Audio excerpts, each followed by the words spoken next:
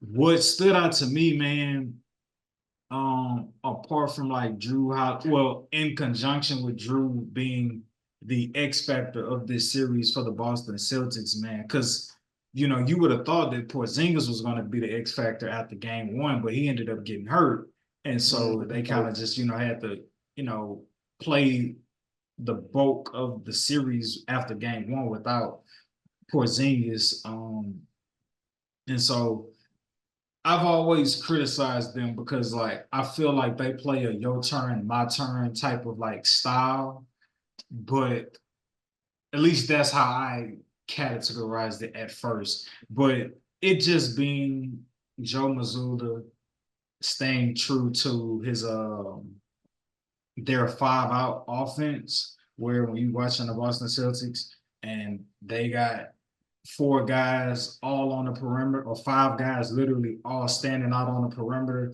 And you can sometimes think like they're just being stagnant if you catch them at moments where sometimes they are. But for the bulk of what the offense, or what I believe it to be useful for with the 5 out offense, is being able to penetrate, cause the defenders to make a decision where, hey, you're either going to let me drive to the paint after I beat my defender, or you're going to step over and help. And if you step over and help, I'm just going to kick it to, i.e., Jaylen Brown, i.e., Al Horford, i.e., Derek White, i.e., Drew Holiday, or whoever has the ball, i.e., Jason Tatum. And so you've seen that like masterfully like at work in this series. And when I saw it, I was just like, I get it. Like, I see why y'all are great now. Cause like y'all have the personnel to be able to shoot a lot of threes at a high clip. And even if you got 2 guys who off from three that night, you may have 3 other guys Yeah, who banging? who knocking them down, and you look up and y'all 12 for damn 18 from three, and it's just like, bro, what? And so I've D'Angelo grown. Russell had that one game. I was like, he. Yeah, man. So watching last night, watching the series, I developed appreciation for the Boston Celtics and how Joe Mazzulla stuck to his guns and trusted the offense and the personnel that they've been developing and working on all this season. Um, yeah, man. Yeah. Like I truly appreciated to be able to like see that from an X's and O's standpoint come together to be like, that's why y'all successful, right? Like it's easy to criticize them and bash them. Ah man, the Heat, Jimmy Butler was hurt, bro. Y'all got off easy.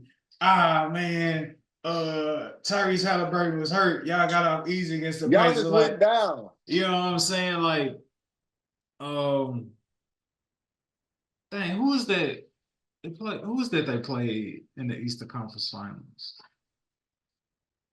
Oh, Cleveland, Cleveland. That's who else. I'm not. They didn't play them in the finals, but they played them in the second round. It's easy to be like, ah, man, Donovan Mitchell, he hurt, bro. Yeah, you know what I'm saying? But it's just like when the rubber had to meet the road, when they really had to execute, um, like they stayed true to what it is they did best, man. And you say live by the three, die by the three. Like people most of the time say they with a negative connotation, I believe.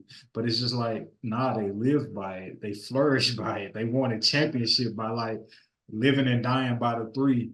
And even going back to Drew being an X factor, man, there were just moments and points where, like, as Drew Holiday is probing that baseline, and he'll flash to the elbow, and they'll kick it to him in the elbow, and he either has a post up, or he just has so many different options to where, oh, you kick it to Drew on the elbow, you can run off somebody's shoulder, run off a screen, and that could be an easy dump pass, or hey, that three is open for, you know what I'm saying? Mm-hmm. So I've Either grown way. a respect and appreciation for the 5 out offense in this playoff series.